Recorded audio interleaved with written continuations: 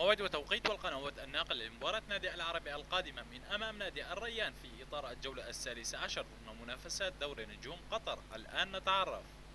ولكن قبل أن نبدأ فضلا وليس أمرا اشترك في القناة وفعل زر الإشعارات ليصلك كل ما هو جديد.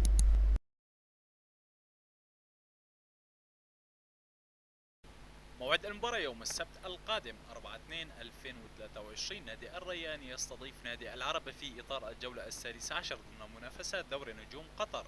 ستقام المباراة على أرضية ملعب نادي السد، وستنطلق بداية المباراة في تمام الساعة 7 مساء بتوقيت مكة المكرمة وبتوقيت قطر وسوريا والعراق.